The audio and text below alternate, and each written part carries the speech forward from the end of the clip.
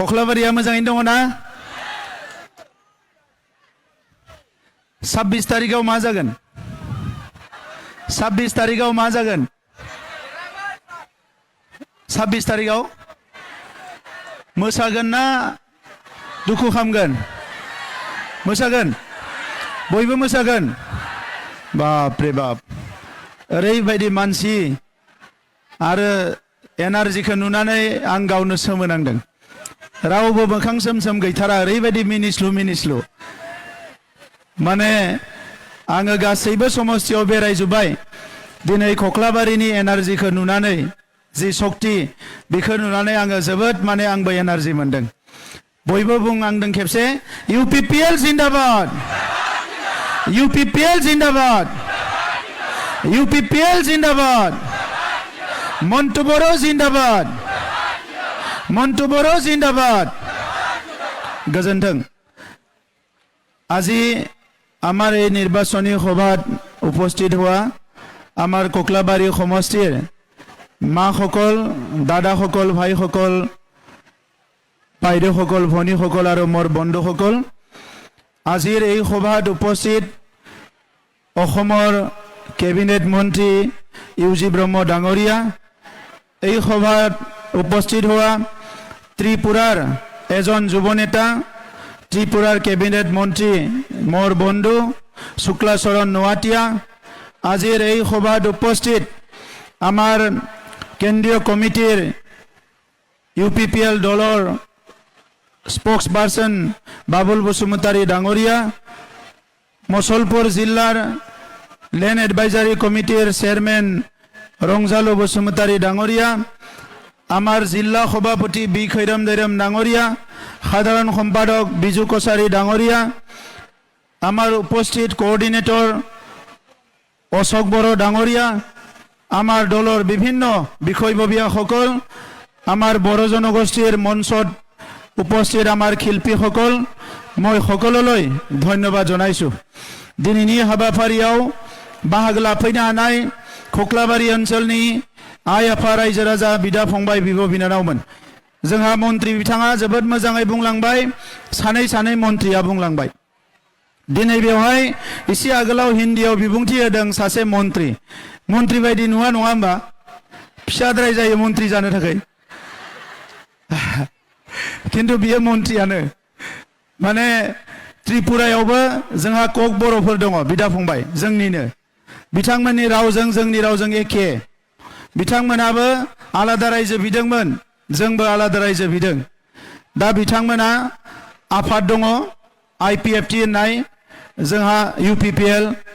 बिथांमोननि गोलाव सोमावसारनायाव आं बाहागो लादों बिथांमोनजों थाफादों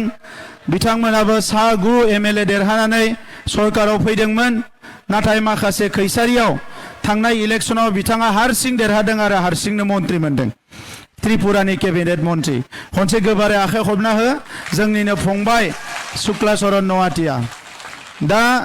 मानगोनां रायजो राजा नोंथांमोन खख्लाबारियाव आङो गोलाव बिबुंथि होनांगौ दङ होनना सानाखै आङो सानदोंमोन बेबायदि गिदिर मिटिं खुंलायनांगौ गैला मानोना खख्लाबारि ओनसोलनि आं रायजो राजानि गोसोखौ बुजियो खख्लाबारि ओनसोलनि जोंनि माहारिनि बिदा फंबाय बिब' बिनानावनि साननाय हनायखौ आङो बुजियो दा नंखायनो खख्लाबारियाव गोलाव बिबुंथि होनांगौ होननानै आं सानाखै नाथाय दिनै फैनांदों जे गुबै जाहोना जाबाय गोलाव सम सोमावसारनानै 5000 सुबुङा जिउ गारनानै गोबाङानो थै होनानै गोबाङानो पुलिस मिलिटारिजों बुख्रेबजानानै थांनाय 40 बोसोराव जि राजखान्थि गोहोखौ जोङो मोनबाय दा बेखौ माखासे मानसिफ्रा खैसारि खालामनानै बे राजखान्थि गोहोखौ सेनानै लांफिननो नागिरदों दा बेखौ नुनानै जोङो जिरायनानै थानो हायाखै मानोना जोंहा मोनथाम जेनेरेशन बर' हारि दानांगौनि थाखाय बर' हारिखौ रैखाथि होनांगौनि थाखाय जोंनि राव थुनलाइ हारिमुनि रैखाथि होनांगौनि थाखाय जोङो जोंनि मानसिफ्रा सेक्रिफाइस खालामबाय जोंनि मानसिफ्रा जोबोद खस्थ' जाबाय जोंनि मानसिफ्रा गावनि बेसेन गोसा समखौ बयबो हारिनि थाखाय बावसोमलांबाय सासे नङा सानै नङा रोजा रोजा 5000 सुबुङा जिउ गारदों आरो बिनि गुबै जाहोनानो जाबाय जे मोनसे समाव जोंखौ सोबख'नाय थगायनाय नासयनाय गादबनाय बे हालामाव सोलिदोंमोन। बे आसाम रायजोआव जोंखौ सोबख'नाय थगायनाय नासयनाय आरो गादबनायजोंनो बिथांमोना राजखान्थिखौ सालायदोंमोन आरो बै समाव जोंनि राव थुनलाइ हारिमु जोंनि सिनायथि जोंनि हा हुनि रैखाथि बे गासैबो थेर बेथेर जालांबायमोन। नाथाय जोंनि दैदेनगिरिफ्रा साननो गोरों सानसुमैफ्रा जोंनि माहारिनि थाखाय गोख्रों सानग्रा जायफोर माहारिनि दैदेनगिरि बिथांमोना गोबां खस्थ' खालामनानै सोमावसारनानै नोंथांमोनाबो बयबो आइ आफा रायजो राजाया सान्दुं गोसायाव अखा हानायाव राजा लामा रेल लामा जथेनानै ओंखाम उखैहाब दै गांहाब सोमावसारनानै जोङो राजखान्थिनि गोहोखौ लाबोनो हाबाय।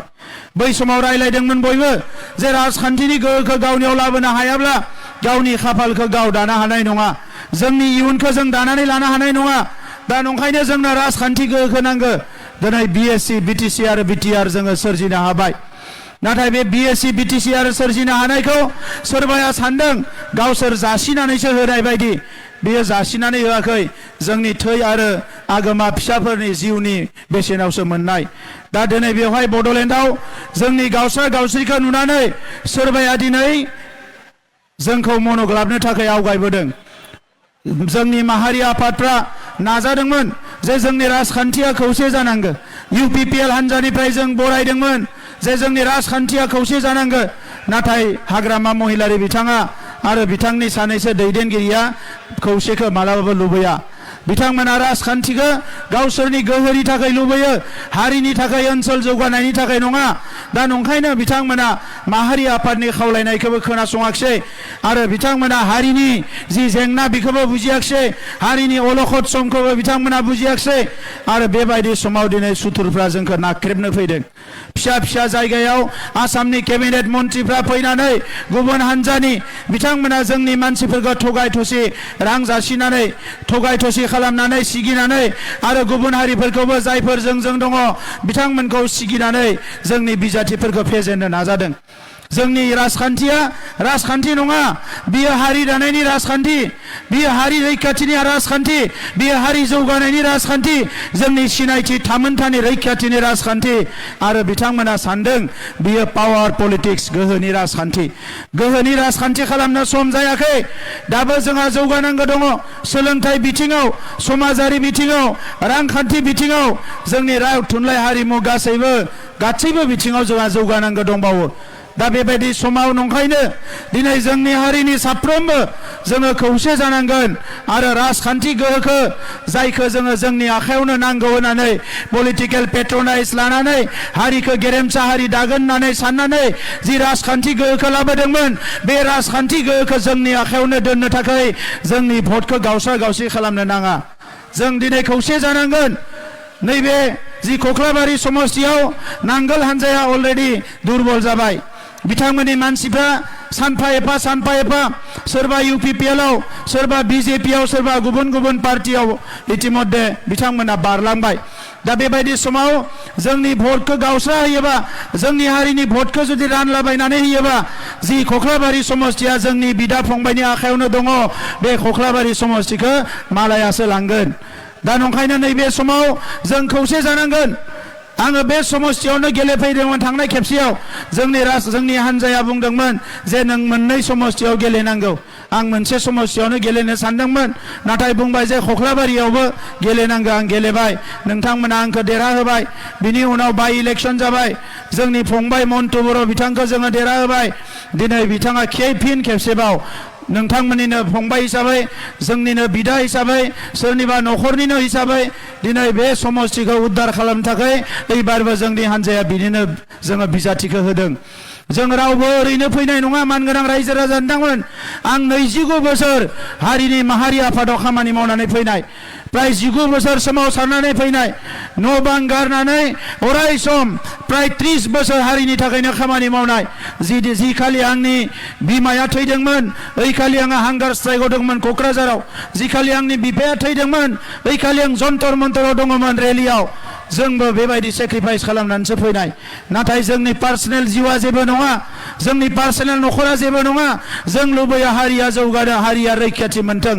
सिलाय लानायनि बादै जेसेबां सोमावसारनांगौ मोनफ्रोमबो सोमावसारनायाव जों बाहागो लादों। दा नंखायनो जों बुजियो जे हारिखौ जोङो बोरैहाय रैखाथि होनांगो जों रावजोंबो खर' गंलायनाय नङा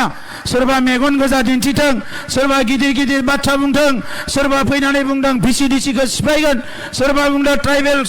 ट्राइबेल बेलेन्स ब्लकखौ सिफायगोन आरो मैया सोरबा बुंदों जे 6 सिडिउलखौ मानो नांगौ 6 सिडिउलखौ नाङा होननानैथ' रायजो बिदोंमोन नोंथांमोनासो होदों 6 सिडिउलखौ दा बे 6 सिडिउलखौबो दिनै बिथांमोना गाख्रेबनानै जोंखौ थेर बेथेर खालामनो सानदों बे बर' हारिया सा सानजा भारताव ओरैबायदि गोख्रों हारि माला सोमावसारनांगौ माला जिउ होनांगौ माला थै होनांगौ माला हारिनि थाखाय खामानि मावनांगौ माब्ला हारिमु सिबिनांगौ गासैखौबो जोंनि हारिया मिथिगौ दा नंखायनो नैबे समाव आं नोंथांमोनखौ खावलायनो फैदों जे बड'लेण्डनि 40 समस्तियाव मोनफ्रोमबो समस्तियाव जोंनि हारिनि मानसिफ्रा खौसे जानांगौ आरो एबार राजखान्थि गोहोखौ प्रमद बर'नि आखायाव नङा हारिनि आखायाव लाखिनो थाखाय बयबो थियारि जानांगौ प्रमद बर' होननाय मानसिया रावबो नङा बे हारिनिनो सासे मानसि आं रावबो लिडार नङा आं रावबो आलादा मानसि नङा जोंनि जिउखौ जोङो हारिनि थाखाय बावखानाय नैबे मोनसे जिउआव जों गुबुन खामानि मावनो होननानै फैयाखै थांनायनिफ्राय उजिनायनिफ्राय थैजासिम हारिनि खामानि मावनो होननानैनो फैदों आं सिफ जानाय जायैया गिदिर बाथ्रा नङा सोरबा इउजि ब्रह्मआ सिफ जानाय जायैया गिदिर बाथ्रा नङा नाथाय राजखान्थि गोहोआ जोंनि आखायाव थानांगौ बियो रोखा बाथ्रा बिखौ खुनु दिन जों कमप्रमाइज खालामनो हानाय नङा 5,000 सुबुंनि जिउ गारनानै रिमट कन्ट्रलखौ बड'लेण्डआव लानानै फैदों आरो बे रिमट कन्ट्रलखौ जोंनिनो साफा सानै बिदा फंबाया दिनै महर सोलायनानै राव सोलायनानै गारां सोलायनानै मालायनि जानानै बाथ्रा बुंनानै जोंनि गोहोखौ सेफिननानै लांनो नागिरदों दा नंखायनो जोङो थियारि जानांगोन दा नैबे इलेक्शना बेनिखायनो नर्मेल इलेक्शन नङा बेवहाय हारि थैनाय थांनायजों लोब्बा दङ जोङो सरकार दानायनि उनाव जोंनि जिखिनि दिल्लीयाव 1950 मायथाइनि बै समावनो खेराइ बागुरुम्बा मोसाहैदोंमोन दिनै बिथांमोनखौ जों बरायदों मानोना जोंनि हारिमुखौ बिथांमोनानो नेशनेल लेभेलाव गायसनजेनदों जोंनि 1950 मायथाइनि उनाव रेडिअ सेन्टार टिभि सेन्टाराव मेथाइ खननायफोरखौ बरायदों मानोना जोंनि हारिमुखौ बिथांमोनानो गिबिसिन गायसनजेनदों जे जोंनि हारिमुवा थांनानै थानांगौ जोंनि जायफ्रा दिनै फिल्म बानायदों बिथांमोननि थाखाय जोङो 6टा सिनेमा हल बानायगासिनो दङ खख्लाबारियावबो सिनेमा हला बेखेव जाबाय जोंनि हारिमुखौ जों जौगाहोनो नागिरदों जोंनि सिनेमा बानायग्रा बिथांमोननि जि बिसा दङ जोङो अनसुंथाइ होदों जाहाथे जोंनि सिनेमा बानायनाया जौगायो जोङो ड्रामा बानायग्राफोरनो जों अनसुंथाइ होदों जायफोर दिनै खेराइ मोसाग्रा हान्जाफोर दङ बिथांमोननो जों जेसेबां हायो अनसुंथाइ होदों जोंनि हारिमुखौ जौगाहोनांगोन जोंनि सोलोंथाइखौ जौगाहोनांगोन BPFनि सरकारनि समाव मेट्रिक हायार सेकेन्डारिनि रिजाल्टआ बयनिख्रुइ गाहायाव थायोमोन आसामाव दिनै जोंनि दिनाव मेट्रिक हायार सेकेन्डारि रिजाल्टआ बड'लेण्डनि जिल्लायाबो 1 नाम्बार 2 नाम्बाराव थायो बियो गाहायाव थाला रायजोफोर जोंहा मेलेम दङ जोंहा साननो हानाय गोहो दङ जोंनि फरायसाफ्रा मोजां परिबेश मोनोबा डाक्टार इन्जिनियारल' नङा साइन्टिस्ट आरो नेशनेल इन्टारनेशनेल लिडार जानो हानाय केपासिटि दङ नाथाय बे थासारिखौ जोंनो सुथुरफ्रा होआखै दा नंखायनो नैबे समाव रांखान्थि जौगानो थाखाय आय अनसाय बिथांखि बानायदों माइनाव सोरां बिथांखि लाबोदों अमा फिसिनायनि थाखाय पिग मिशन लाबोदों जेसेबां आसनि नांगौ दिनै बिमाफोरनि मुङावनो आइजोफोरनि मुङावनो जोङो आसनिफोरखौ लाखिदों BPF सरकारनि समाव बेबायदि बिथांखिफोर गैयामोन बिथांमोना केन्द्रीय आरो राज्य सरकारनि बिथांखिजोंनो सालायोमोन दिनै हा हुनि खामानि मावनो बैसोमुथि मिशन लाबोदों जोङो बैसोमुथि 1 आरो बैसोमुथि 2 बेमार जाग्राफोरनि जायफोर बिमाफ्रा दिनै गथ' जोनोम होनाय समाव थैनो गोनां जायो बिथांमोननि थाखाय आय अनसाय बिथांखि लाबोदों जाय बिमाफ्रा दिनै जोहोलावफोर उजिहोनानै बिथांमोना जायफोर दिनै पुलिस मिलिटारिजों गावथार जाबाय बिथांमोननि जोंनि आइमोनखौ जोङो जिउ थाजासिम मदद होनो थाखाय बिमा सिबिनाय बिथांखि लाबोदों जेराव जोङो बिथांमोननि जिउ थाजासे मास मोनसेयाव 1,000 जोङो होनो सानदों मानोना बिथांमोना हारिनि थाखाय अबदान होदों दा नंखायनो नैबे समाव मोनसेबो बिथिंखौ गारनानै दोनाखै जोंनि समावनो जोहोलाव नीलेश्वर ब्रह्मनि मुसुखा गायसनबाय जोंनि सरकारनि समावनो जोङो अस्ताद कामिनी कुमार नार्जारिनि मुसुखा गायसनबाय जोंनि समावनो जेसेबां बर'नि गेदेमा दङ बयनिबो मुसुखा गायसनबाय दिनै जोंनि बड'फानि जायगाया दिल्लीयाव जाहैबाय जाय दिल्लीयाव थांनानै सोमावसारदोंमोन हारिखौ गायसननो नाजादोंमोन बे दिनै हादोरनि दैदेनगिरिफोरा दिनै हारिखौ रिकगनाइसन होदों जोंनि माहारिनि बिफाखौ दिनै बिथांमोना रिकगनाइसन होदों बे हाबाफारिफोरखौ लानानै हारिनि एजेन्डाखौ लानानैनो जों फैदोंमोन आरो बेखौनो जोङो दिनै मावफुंगासिनो दङ जों थानाय समसिम जिखौ बाथ्राखौ एसे आगोलाव इउजि ब्रह्म बिथाङा बुंलांदों हाग्रामा महिलारिया बुंदों UPPL नि सरकारा मेला आरो खेलानि सरकार जोङो मेलाखौ बिथांमोननि बायदि जौ जुवानि मेला होआखै बिथांमोननि समाव लाइमोनफोरखौ जौ लोंनो फोरोंदोंमोन लाइमोनफोरखौ हिंसा खालामनो फोरोंदोंमोन केम्प बानाय दोननानै बुलायहोदोंमोन दिनै जोङो 100% बेखौ बोखारजोबनानै सान्ति खालामबाय जौ जुवा नङा लेखा फरायनांगोन मानसि गिदिर जानांगोन फुटबल गेलेनांगोन हारिमुआव जोङो जौगालांनांगोन दा नंखायनो आइ आफा रायजो राजा नोंथांमोन UPPL हान्जाखौ नर्मेल पलिटिकेल हान्जा बायदि दाला बे UPPL हान्जाया हारिनि थाखायनो उजिनाय हारिनि खामानि मावफैनाय जेब्लायसिम थागोन बियो हारिनि खामानि मावलांगोन रावजोंबो कमप्रमाइज खालामनाय नङा दा जोङो नुबाय 40 समस्तियाव खमसे खम 25 निफ्राय 27 समस्तियाव UPPL आ देरहानो थांगासिनो दङ एबार हारसिं सरकार बानायनो थांगासिनो दङ बे 5 बोसोराव जोंनि हारिनि खामानि मावनायजों लोगोसे जोङो असमिया मानसिनि खामानि मावदों आदिबासिनि खामानि मावदों गुरखानि खामानि मावदों मदायिफोरनि खामानि मावदों सरनिया कसारिनि खामानि मावदों राजबंशीनि खामानि मावदों माइनरिटि मुसलमाननि खामानि मावदों मोनसेबो हारिखौ गाराखै जों बयनिबो खामानि मावदों मानोना बिथांमोनखौबो अननांगोन अब्लासो जोंनि इयुननि लामा थाबायनायाव बिथांमोना मदद होगोन BPF नि गोरोन्थिनि थाखाय बर' अना बर' जोनोम जादोंमोन दिनै UPPL हान्जा फैनाय लोगो लोगोनो सरकार दानाय लोगो लोगोनो बर' अना बर' होननाय जेबो गैला बयबो दिनै समान जाजोब्बाय राजखान्थिखौ खालामनो रोंनांगोन राजखान्थि हान्जाया नीति आदर्श थानांगोन राजखान्थि दैदेनगिरिफ्रा इयुन नोजोर गोनां जानांगोन आरो बिथांमोना गोसो थानांगोन जे हारिनि थाखाय खामानि मावनो थाखाय जों हारि हारसिङै थख'यै थांना थानो हानाय नङा बे हालामाव जुदि जों 100% जोंनि मानसि मोनब्ला जों हारसिङै थांना थानो हागौमोन नाथाय दिनै गुबुन हारिफोरखौबो जोङो समान समान लांफानांगोन दा नंखायनो नोंथांमोना गोनो गोथो जानो नाङा फैगौ 22 अक्ट'आव 100% ट्रेक्टरनि सावगारियाव भट होजोबनांगौ आरो हारिनि इयुनखौ नायनानै मन्टु बर' बिथांखौ देरहाहोनांगौ आरो इयुनाव कख्लाबारि समस्तियाव राबां ओनसोलाव जोंहा हानि जेंना दङ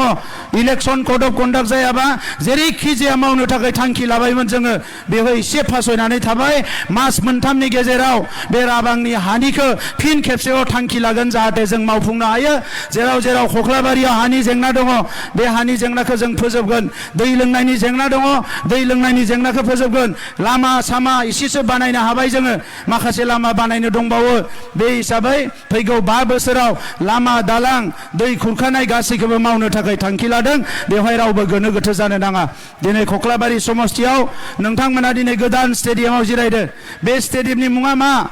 बे स्टेडियामनि मुङा बीर सिलागां स्टेडियाम आरो नोंथांमोना आंखौ थांनाय इलेक्शनाव देरहाहोनायनि थाखाय कख्लाबारि आइ आफा रायजो राजानो आं मोनसे गिफ्ट होदों बे गिफ्टआनो जाबाय 5 कोटिनि बीर सिलागां स्टेडियाम बेवहाय नोंथांमोना दिनै नुनो मोनदों आरो बेवहाय आरोबाव खामार दैसायाव 2.5 कोटिनि आरोबाव मोनसे स्टेडियाम होदों जोंहा बिजु बरकसारि फंबाया गोलाव सम दैदेनगिरि जाबोबाय आंखौ बुंबाय जे बेवहायबो मोनसे नांगौ बे समस्यायावनो आरोबाव मोनसे स्टेडियाम गायसननाय जाबाय कलेजा अलरेडि प्रभिन्सियेलाइज जाबाय आरो कलेजखौ डेभेलप खालामनो थाखाय जों खामानि मावगासिनो दङ दा नंखायनो कख्लाबारिनि गासैबो गामि सामि आंहा मुखास्थ' दंजोबो दा बेवहाय सोरबा दैदेनगिरिफ्रा फैगोन गाबोनो उल्टां फाल्टां खोथा बुंगोन रायजोफोर जेबो खोनासंनाङा हारिनि बाथ्राखौ हारिनि मानसियासो बुजिनांगौ আজি कख्लाबारि समष्टित उपस्थित हुआ दादा বাইদেউ ভাই বন্ধুসকলক মই ধন্যবাদ জনাইছো যে কখ্লাবাৰি সমষ্টিত যোৱাবাৰ মোক ইলেকশ্যনত জিকাইছিলে আৰু এই অঞ্চলত বহুত ৰাস্তা ঘাট বিভিন্ন কামবিলাক আমি কৰিবলৈ পাৰিছো মই ইলেকশ্যনত অহা সময়ত মই কৈছিলে BPFৰ দিনত অসমীয়া গাঁওবিলাকৰ ৰাস্তা হোৱা নাই ময়ো যাই পেলাই চাইছিলো খোসা খসিকে ভোটে পাও পালে বিভিন্ন গাঁও ফালে রাস্তা পদূলি হোৱা নাই আমাৰ ইয়াত খন্যাখী মন্দিৰ আছে ইফালে ৰাস্তাবিলাক হোৱা নাই মই যাৰ লগে লগে ক'লে মই লগে লগে মন্টু বড়ো কৈ আমাৰ খন্যাখী মন্দিৰৰ ৰাস্তাটো বনাই দিলো বিভিন্ন ৰাস্তা ঘাটবিলাক বনাই দিলো কিছুমান ৰাস্তা ঘাট বনাব লগা আছে এই ৰাস্তা ঘাটবিলাক আমি বনাম যোৱা 5টা বছৰত সবচে আমি ফাৰ্স্ট কাম কৰিবলৈ হাতত লৈছিলো শান্তি প্ৰতিষ্ঠা কৰা আজি বড়োলেণ্ডত শতাংশ শান্তি আহি গ'ল দ্বিতীয় কাম আছিলে নিৰাপত্তা প্ৰদান কৰা বড়োলেণ্ড অঞ্চলত আজি 24 ঘণ্টা ৰাইজে মুক্তভাৱে ঘূৰা ফুৰা কৰিব পাৰে কোনো দম দিব নোৱাৰে কোনো দাদাগিৰি কৰিব নোৱাৰে আজি সকলো নিৰাপত্তা পাইছে তৃতীয় কথা আছিলে বিপিএফৰ হাগ্ৰামা মহিলাৰ ভুলৰ কাৰণে বড়ো অনাবড়ো ইয়াতে সৃষ্টি হৈছিলে আজিৰ তাৰিখত বড়ো অনাবড়ো নহয় বড়োলেণ্ডত 26টা জনগোষ্ঠী আছে 26টা জনগোষ্ঠীৰ নিজৰ পৰিচয় আছে ভাষা আছে অস্তিত্ব আছে নিজৰ স্বাভিমান আছে প্ৰত্যেকটো জনগোষ্ঠীক আমি নিজৰ পৰিচয় দিছো ইয়াত বড়ো অনাবড়ো বুলি দুটা জাতি কৰি পেলাই আমি ক্ষুদ্ৰ জাতিবিলাক শেষ কৰি দিয়া নাই সব জাতিক আজি উঠাই আনিছো সব জনগোষ্ঠীক উঠাই আনিছো প্ৰত্যেকটো জনগোষ্ঠীৰ উৎসৱ আজি আমি চৰকাৰীভাৱে ঘোষণা কৰিছো আমাৰ মোদাইসকলৰ বৰমানি পূজা আজি চৰকাৰী কেলেণ্ডাৰত আহিছে আমাৰ খৰণীয়া কছাৰীৰ বা গোসাই পূজা কেলেণ্ডাৰত আহিছে কলিতাসকলৰ কাৰণে কিবা বিশেষ দিন আজি কেলেণ্ডাৰত আহিছে প্ৰত্যেকটো জনগোষ্ঠীৰ কিবা নহয় কিবা আজি কেলেণ্ডাৰত আহিছে আমি প্ৰত্যেকটা জনগোষ্ঠীকে নিজৰ পৰিচয় অস্তিত্ব লৈ জীয়াই থকাটো বিচাৰো আৰু সেইকাৰণে বৈষম্যতা আমাৰ তাত নাই বিভাজন আমাৰ তাত নাই ধৰ্মৰ আধাৰত ভাষাৰ আধাৰত বৰ্ণৰ আধাৰত আমি কাকো বিভাজন কৰিব বিচৰা নাই বড়োলেণ্ডটো ভাৰতবৰ্ষৰ এটা অংগ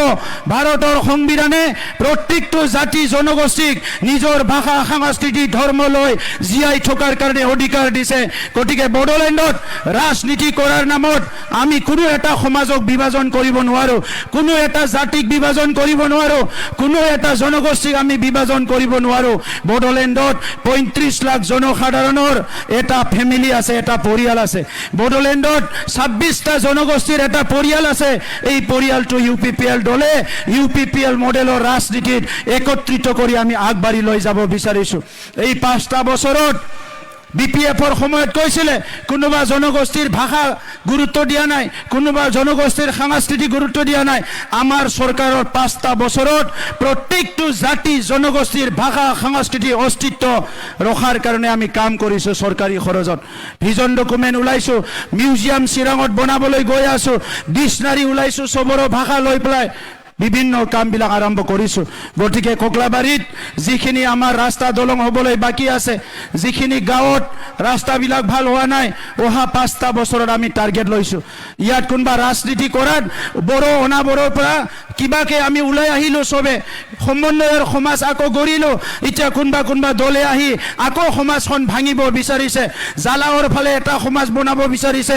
এইফালে লক্ষীবাজাৰৰ ফালে এটা সমাজ বনাব বিচাৰিছে এই ৰাজনীতিৰ কোনো পৰাশ্ৰয় দিব নালাগে এই ৰাজনীতিৰ পৰাশ্ৰয় দিব নালাগে স্বাধীনতাৰ 78 বছৰ পিছত আজি যদি এজন মানুহে আনজন মানুহ ঘৃণা কৰিব লাগে এটা জাতি আনটো জাতি ঘৃণা কৰিব লাগে এটা ধৰ্মে যদি আনটো ধৰ্মই ঘৃণা কৰিব লাগে ভাৰতবৰ্ষটো বিশ্বৰ সৰ্বশ্ৰেষ্ঠ গণতন্ত্ৰ বুলি কোৱা হৈছে ভাৰতবৰ্ষ বিশ্বত মাদাৰ অফ ডেমক্ৰেসি বুলি কোৱা হৈছে সেই ডাঙৰ ডাঙৰ নেতাসকলে কৈছে আৰু সেই নেতাসকলে যদি আজি সমাজখন ভাঙিব বিচাৰে ইয়াতকে দুখজনক একো নহব যেতিয়ালৈকে ইউপিপিএল থাকিব তেতিয়ালৈকে আমি কোনো জাতি জনগোষ্ঠীক পিছ পৰিবলৈ নিদিও কোনো জাতি জনগোষ্ঠীৰ ভাষা সংস্কৃতি পিছ পৰিবলৈ নিদিও আমি একেলগে আগুৱাই লৈ যাম এই ভাৰতবৰ্ষ আমাৰ এই অসম আমাৰ এই বড়োলেণ্ড আমাৰ ইয়াত 26টা জনগোষ্ঠী আমি একেলগে আগবাঢ়ি যাম আজি খোকলাবাৰীত কোনোবা বিজনেছমেন ঠিকাদাৰ কেণ্ডিডেট হৈ আহিছে কোনবা কিবা কেণ্ডিডেট হৈ আহিছে এই মানুহবিলাক সমাজৰ কথা বুজি নাপায় আজি সমতাৰ কাৰণে ইলেকশ্যন খেলিছে কোটি কোটি টকা দি পেলাই তেখেতসকলে মানুহক কিনিব বিচাৰিব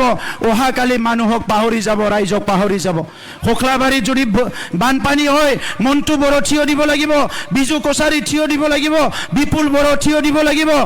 কোকলাবাৰী যদি ধুমুহা হয় মন্টু বড়ো থিয় হ'ব লাগিব ইয়াত আমাৰ অপূৰ্ব থিয় হ'ব লাগিব আমাৰ নেতাসকলে থিয় দিব লাগিব কোকলাবাৰীত যদি কিবা এটা সংঘাত হয় আজি ইয়াত সুৰেন মদাই থিয় দিব লাগিব মন্টু বড়ো থিয় দিব লাগিব এই পৰিৱেশটোহে আমাক লাগে তো সেইকাৰণে সবে ঠিকে আছে তো একো গণ্ডগোল নাই ঠিক আছে ৰাজনীতিটো ইমান তলত নামি আৰু ইমান জীৱন মৰণ লৈ ৰাজনীতি কৰিব নালাগে গণতন্ত্ৰটো খুব আমাৰ সুস্থ হৈ গৈছে এই সুস্থ গণতন্ত্ৰত সবে শান্তি সম্প্ৰীতিৰে ৰাইজক অনুৰোধ কৰি ভোট বিচাৰিব লাগে, নিজৰ নিজৰ প্ৰাৰ্থী জিতাব লাগে আৰু চৰকাৰ বনাব লাগে। UPPL একক সংখ্যা গৰিষ্ঠ লৈ চৰকাৰ বনাই আছে, ইয়াত কোনো সন্দেহ নাই। আজিৰ তাৰিখত 25ৰ পৰা 27টা সিটত UPPL আগবাঢ়ি আছে আৰু চৰকাৰ হোৱাটো নিশ্চিত। যোৱা 5টা বছৰ আমি মাসকলৰ লগত, বাইদেউসকলৰ লগত, দাদাসকলৰ লগত আছো আৰু অনাগত দিনতো থাকিম। 30,000 মহিলাসকলক 5,000 কৰি সহায় কৰিছো। এইবাৰ টাৰ্গেট ৰাখিছো 1 লাখ। 30,000 12,000 আমাৰ বাইদেউসকলক হেণ্ডলুম বনাইছো। এইবাৰ আমি টাৰ্গেট ৰাখিছো 1 লাখ। 1 লাখ বাইদেউসকলক মাইনা উচৰাং দিছো, এইবাৰ ৰাখিছো 5 লাখ। অৰুণোদয় বহুতে পাইছে, বহুতে পোৱা নাই। অক্টোবৰত চবে অৰুণোদয় পাব লাগিব আৰু তাত 1500 টকা কৰিবৰ কাৰণে আমাৰ চৰকাৰৰ পৰা আমি 250 টকা যোগ দিব বিচাৰিছো, যাতে অৰুণোদয়ত চবে 1500 টকা পায়। বিভিন্ন আঁচনি আনিছো দুখীয়া গৰীব মানুহৰ কাৰণে, ছাত্ৰ ছাত্ৰীৰ কাৰণে, চবৰৰ কাৰণে। সেইকাৰণে বহুত গৰম হৈছে, দীঘলীয়া কথা নকওঁ, আপোনালোকেও কষ্ট পাই আছে। খালি এটা কথা সুধিব বিচাৰিছো আকৌ, 26 তাৰিখে কি হ'ব? 26 তাৰিখে কি হ'ব? সিদিনা কান্দিব না নাচিব? চবে নাচিব? গান আছেনে নাই নাচিবলৈ? গান আছেনে নাই? গানটো ৰেডি কৰকচোন, আমি নাচি চাওঁ একবাৰ, হয়নে? দুখত থাকিব নালাগে। খেতি বাতি হৈ গ'ল, মাই গাইখাং বাই। এতিয়া আমাৰ মা দুৰ্গা পূজা আহি আছে, চবে দুৰ্গা পূজা চাম। ইলেকশ্যনৰ ৰিজাল্ট হ'ব, চৰকাৰো হ'ব, দুৰ্গা পূজাও চাম। নাচি বাগি ফূৰ্তি হাঁহি মুখে চবে একেলগে থাকিব লাগে।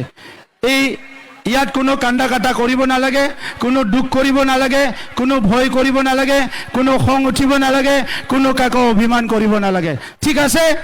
বহুত বহুত ধন্যবাদ। গজনথং। UPPL জিন্দাবাদ,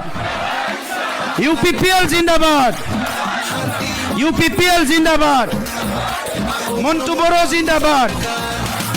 মন্টু বড়ো জিন্দাবাদ, মন্টু বড়ো জিন্দাবাদ, UPPL জিন্দাবাদ, কোকলাবাড়ি জিন্দাবাদ, কোকলাবাড়ি জিন্দাবাদ, কোকলাবাড়ি জিন্দাবাদ, UPPL জিন্দাবাদ, UG ব্রহ্ম জিন্দাবাদ,